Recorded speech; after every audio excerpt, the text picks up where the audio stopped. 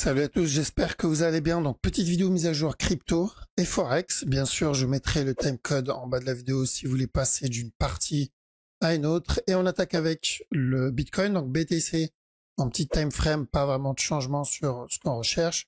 Comme on l'a dit, on attend la fin de la correction. Une fois que la correction est terminée, on va chercher encore une continuation. Très important que ça reste dans la même zone de prix. Donc, ce qu'on voulait, c'était un A ici, un B, un C, revenir tester ce bas et ensuite commencer à chercher de l'achat. Et dans la vidéo du mercredi, donc on a dit attention ici, ça peut être un B encore en cours avec un A ici, le B en cours, revenir donner un C. Donc, tant qu'on n'a pas cassé ce top-là, on doit faire attention dans cette zone pour le running flat. S'il valide le running, on aura un autre plus bas et ça sera une autre opportunité pour racheter. Maintenant, s'il décide d'invalider le running et plutôt continuer son push et venir péter ce top, c'est qu'il part pour la cassure de ce top-là. D'accord? Donc, on est toujours dans une structure corrective. C'est très important qu'on reste dans cette zone de prix. Faut pas qu'on s'éloigne. Donc, on peut répéter la même chose que là. Quand on l'avait déjà vu. Donc, un A ici, un A interne, un B. On va chercher minimum un C. Ou, comme deuxième TP, la cassure du top. D'accord? Donc, c'était l'objectif, ce top-là, mais c'est l'objectif final. On a toujours cette zone à cause du running où on va devoir rester vigilant. Donc, même chose là-dedans. S'il s'éloigne, en tout à l'heure j'ai dit, il faut pas qu'il s'éloigne de cette zone. Donc, si on le voit couler, s'éloigner, c'est qu'il prépare quelque chose de plus grand que prévu. Ça veut pas dire qu'on va avoir un gros retournement et que ça y est, c'est fini. Pas du tout. Faudra le prendre un peu comme ce qu'on a obtenu là-dedans. C'est tout. D'accord? Donc, faudra réfléchir à peut-être sortir les tentes, comme on dit, et patienter plus longtemps que prévu. Mais pour ça, on va avoir besoin d'une impulsion bien plus grande et bien plus agressive que ce qu'on vient d'obtenir actuellement. Donc là, le move est encore dans notre zone de prix. Et à chaque nouveau plus bas, donc je tente les buy setup. S'il me donne un buy setup là, je le tente. S'il me donne un plus bas, je retenterai à chaque nouveau plus bas. Le but, c'est pas de venir viser le top directement, mais comme on l'a dit, de venir viser un running. Donc, il faudra faire attention dans la zone du running flat. OK? Donc ça, c'est pour Bitcoin, pas de changement. Le bas qu'on voulait, il a bien été touché. On a bien cassé ce bas. Donc maintenant, on surveille ce qu'il va faire dans cette zone. Est-ce qu'on va obtenir une fin de structure? Est-ce qu'il va nous donner un setup au moins pour pouvoir entrer? Ou en tout cas, une opportunité pour pouvoir entrer dans le move. Mais ouais, on attend bien quelque chose de propre. Ensuite, on a ETH. ETH, pas de changement aussi. Donc, comme on l'avait dit, c'est où il casse le top, où il donne un B, un C, et ensuite il vient casser le top. Donc, pour le moment, on reste toujours sur la même analyse. Donc, tant que ce top n'est pas cassé, oui, on peut avoir un C avant la cassure de ce top pour une structure un peu plus grande, ce qui serait beaucoup mieux et beaucoup plus propre. On a ensuite le BNB. BNB plutôt correctif. Donc, on a eu ce drop-là. Et là, il est en train de corriger. Donc, faire attention, on peut revenir tester ce top et ensuite donner, hop, le C et revenir tester le bas encore une fois. D'accord? Donc, même s'il vient péter ce top-là, on fait attention. Si j'ai un drop derrière, dans cette zone de prix, c'est une bonne opportunité pour prendre un petit trade en 1 heure, 15 minutes sur le BNB. On a le Litecoin, pareil. Donc là, on a eu un drop. 1, 2, 3 ici, potentiellement un B. Donc si j'ai un C, je tente le buy. Oui, ce running est toujours possible, évidemment. Donc le A ici, le B, le C. Dans ce cas-là, il va devoir continuer à push directement. D'accord?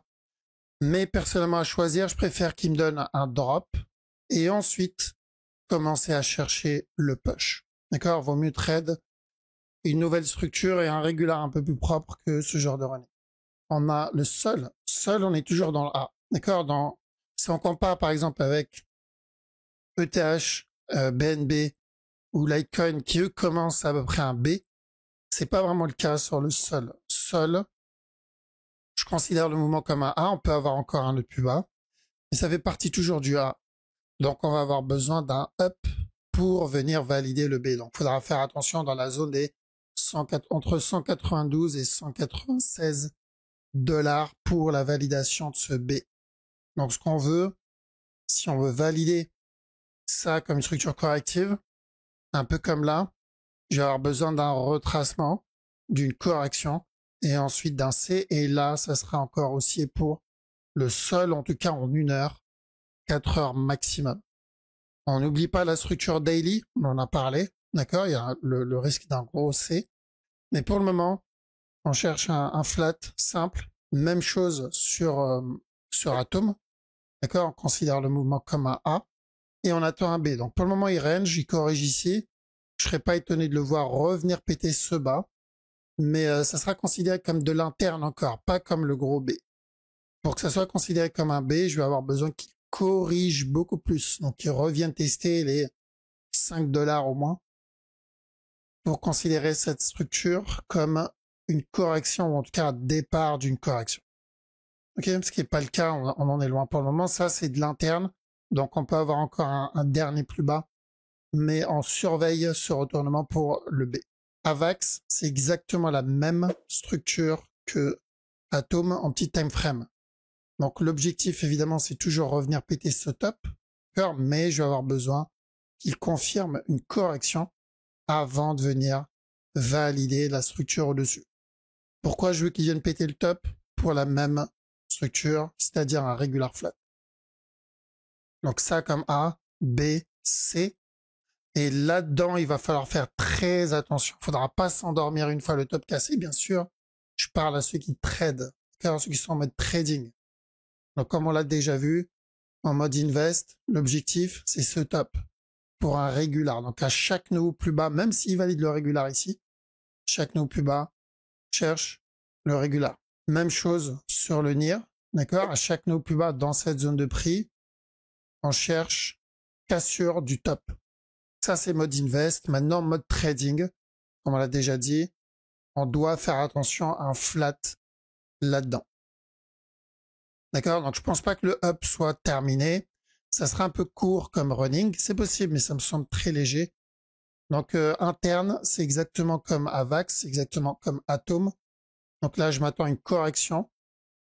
Et ensuite, encore un nouveau plus bas. Et à chaque nouveau plus bas, on va chercher notre B. On a besoin de ce B, c'est très important.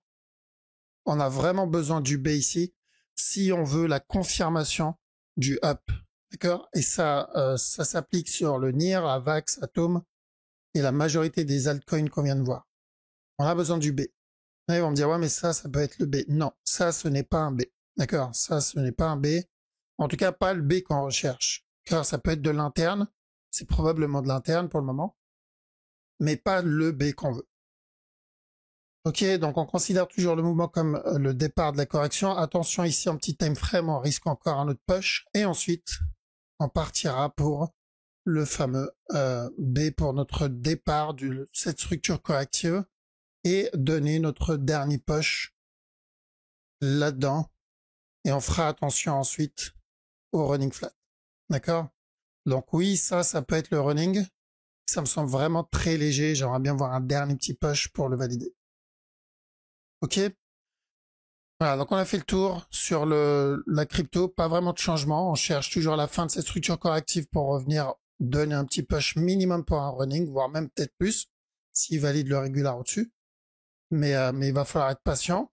Là, on est trading, je répète, on n'est pas invest, c'est pas une zone pour rentrer en invest, à part si en DCA. Mais si on essaye d'avoir un meilleur prix, c'est pas le bon prix pour entrer.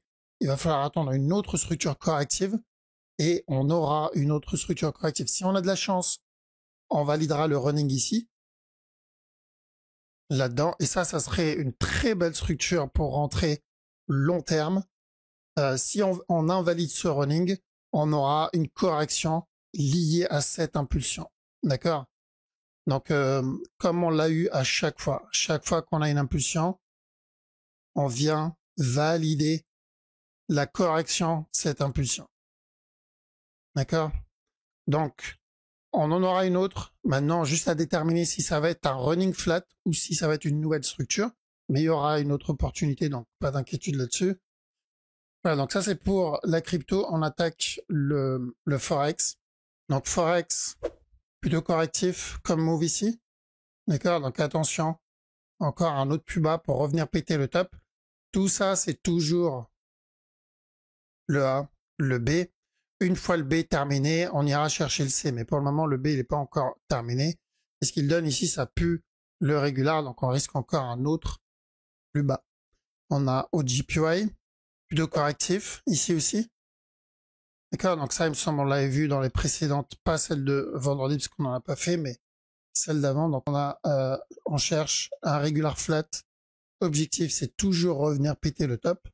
Alors, au USD, je me retrouve avec potentiellement un expanding ici, mais on est toujours sur cette grosse perte de momentum. D'accord? Donc, si on veut chercher de l'achat, ça doit se faire uniquement dans cette impulsion et nous valider un autre flat un peu plus propre qu'un expanding. Et ensuite un push. Mais à chaque nœud plus haut, n'oubliez pas qu'on risque un gros drop 4 heures, voire même daily sur AUD-USD. On a 4 CHF plutôt correctifs, donc l'objectif est toujours le même. Revenir tester le bas une fois que cette structure corrective est terminée. Alors on peut avoir un push et ensuite on fera attention au drop minimum pour un running. On a 4 JPY. Ce qu'on veut évidemment c'est un A, B, C et ensuite revenir tester ce top encore une fois, donc plutôt correctif. On a CHF, JPY. Pareil, donc là on est plus sur des structures 1 heure. Un regular flat ici. Revenir tester le top. Même s'il donne un nouveau plus bas ici, on peut obtenir une structure un peu plus grande. Mais l'idée et la direction restent la même. On a le DAX. DAX, je veux bien qu'il pète ce top, encore une fois. D'accord? Donc, ou pour ce régular. 1, 2, 3, casse sur du top tout de suite. Ou sinon, revenir tester le bas et ensuite, on reviendra péter le top. Mais là, on est dans un range. Et du coup, on fait attention encore à un autre push. DXY. Alors, DXY, on est loin du C pour le gros running. D'accord? Donc, on a validé ce running. Ça, c'est bon. Maintenant, ce qu'on veut, c'est celui-là. Le A, le B, et j'ai besoin d'un C, et ensuite encore un autre plus bas. Ce qu'il a donné ici, ce n'est clairement pas suffisant. D'accord? Donc, je surveille ce qu'il va faire là. On peut avoir un plus gros flat, encore un drop, et on va juste décaler le running à plus tard. D'accord? Donc, on considère le move qu'il est en train de donner comme le départ d'une nouvelle structure corrective, ce qui fait que on reviendra péter le bas, que ça soit tout de suite ou après avoir pété le top. C'est encore baissier, mais on considère ce move comme de l'interne et non pas le C du running. Alors Nasdaq, je vois une fin de structure en cours, une petite perte de momentum ici. Commence à s'essouffler, donc je fais attention à un petit flat pour bientôt. Mais pas encore de raison de vendre le move. On risque même d'avoir un push là-dedans. Up ici, voire même encore un drop, running et encore un up. D'accord? Mais c'est en train de traîner, donc à chaque nœud ou plus haut, il va falloir faire vraiment très attention. On a Eurohood. Eurohood, ça c'est toujours notre A.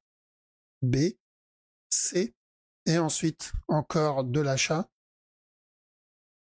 Alors, juste, achat ne veut pas dire to the moon non plus, parce que ça, faut pas l'oublier. Hein. Et là, ok, là on est sur un gros up, d'accord? Mais pour le moment, c'est en train de corriger. Et ce qu'il faut garder en tête, c'est ça. Donc, si ça revient tester stop, on ira pour encore un push et revenir péter ce bas-là. Eurocad plutôt haussier. Un simple régular ici.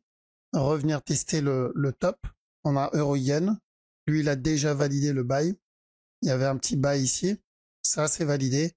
Il va falloir attendre un autre setup. Là, il n'y a pas grand-chose. Donc, Euro-NZD. Alors, Euro-NZD, pour moi, on a déjà validé le running ici. D'accord? Donc, même si, oui, je ne peux pas supprimer la possibilité de ça comme running. Ensuite, un push. Et ensuite, le plus gros running plus tard. Possible. Pour moi, c'est déjà fait. Je le garde en tête au cas où. Par contre, si on le voit corriger, c'est qu'on est juste en train de commencer une structure un peu plus grande. Maintenant, s'il vient péter le top, on partira pour ça comme running interne et on surveillera un running un peu plus grand plus tard. Euro-USD, ok. Donc, si je vois une petite structure corrective ici, on part pour la cassure du top. Si au contraire, il décide de venir tester ce bas encore une fois, on part pour la cassure du top. D'accord? Donc là, pour moi, c'est ou la validation de ce petit range ou la continuation de ce range avant la validation. J'ai PO'd un petit running en interne, mais pas grand chose sur le gros move. Le gros move, on voulait qu'il vienne péter ce bas. Ici, ce bas là. Donc ça, c'est bon, c'est fait. Maintenant, il va falloir surveiller l'interne. Pour le moment, où on a déjà fait le running, ce qui m'étonnerait pas, là-dedans. Donc le A, le B, le C, et là, il est en train de valider ce running. Ou on est en train de faire un running en cours. On aura un push, casse pas ce top, et ensuite revient péter le bas encore une fois. Pour moi, c'est déjà fait. Donc je surveille ce qu'il fait en interne. Bon, c'est encore baissier. Mais voilà, c'est à surveiller en petit TF. Gros move, il a déjà été fait. Là, on va juste cumuler quelques petites fins de structure. Et ensuite, on reviendra probablement tester cette zone. JVP CAD, toujours le C. Donc là, on attend la fin de cette correction. Le but, c'est le C ici. Tant qu'on n'a pas pété ce bas, encore un autre push. On a JVP Yen, qui a déjà donné sa correction. Là, je vois un petit A. Attention, un B et un C derrière. Ouais, pas vraiment intéressant à trade parce qu'on est sur une petite fin de structure en cours. L'objectif, c'est qu'ils reviennent tester stop et je crois que c'est fait déjà. Donc, il faudra faire attention. Chaque nous plus haut, tant qu'on n'a pas pété stop, on risque encore un autre plus bas. Donc ouais, on risque un gros drop sur GEP JPY. Et en 1 heure, est-ce qu'il n'y a pas un running caché quelque part là-dedans? Ouais, à part celui-là, là-dedans, mais c'est dégueulasse. Pour moi, il a déjà fait. Pour moi, il a déjà fait ici. Et là, on commence une structure séparée, donc interne probablement.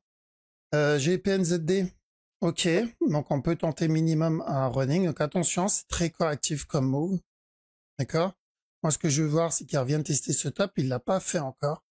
Donc attention, au moins ici, on peut avoir un push, encore un drop. Donc minimum un running là-dedans, ou plus s'il décide de valider la grosse time frame. GEP USD, là, on commence une structure corrective plus grande. Donc ça, on peut le considérer comme un A. Et ce qu'il donne ici comme un B en interne. Donc attention, ce serait bien qu'il reteste ce top et ensuite revenir péter le bas. Donc là, ça va être encore baissier. NZD USD, structure corrective plus grande, ça comme A, B, C, et ensuite on commencera à chercher un autre push. NZD CHF, tant qu'on n'a pas cassé ce top, faire attention à un running. NZD JPY, regular flat en cours ici, là-dedans, donc on va revenir péter le top s'il ne l'a pas encore fait. S'il l'a fait, bon, il n'y a pas grand-chose à faire ici. Et on surveillera plus tard à chaque nœud plus haut le drop pour ce running, voire même le plus gros running. Donc à chaque nœud plus haut, on cherche des sell setup. S'il donne des setups, USD CAD va revenir péter le bas, donc c'est plutôt baissier comme move. D'accord, donc même s'il reteste le top, c'est un range pour retester le bas encore une fois. USD JPY, ok, attention au running ici, hop, là-dedans. Donc si on doit valider le running, ça doit se faire dans cette zone. Donc là, je me retrouve avec ou un régular, A, B, C, et régular flat. À ce moment-là, il va falloir qu'il flag pour confirmer la continuation. Mais si j'ai pas ce flag, il y a le risque, évidemment, du running. Et là, ensuite, on pourra tenter le buy. On a US Oil. Alors, US Oil, plutôt correctif. Ce que je veux ici, c'est qu'il revienne péter le bas. Bien sûr, ce qu'on aimerait bien, c'est qu'il reteste le top d'abord et ensuite revenir péter le bas. On a le silver. On aimerait voir ici, c'est un running, tout simplement. Ça. Et ensuite, revenir tester le top. Tant qu'on n'a pas pété ce bas-là, ça reste encore haussier. Et pour le gold, toujours la même direction. Ça comme A, ça comme B. On veut le voir revenir tester ce bas-là pour nous valider un C au minimum pour donc un regular flat interne. D'accord, ça peut être beaucoup plus grand que ça, mais minimum revenir tester ce bas pour le regular. Combien? 1 heure, c'est ça? Parce que la structure au-dessus, c'est du 4 heures. D'accord, on peut très bien valider directement la structure au-dessus, mais déjà revenir valider celle en 1 heure. Voilà, qu'on a fait le tour au Forex aussi. En tout cas, merci les amis d'avoir regardé la vidéo jusqu'au bout. Passez un très bon week-end. Je vous dis à la prochaine. Ciao.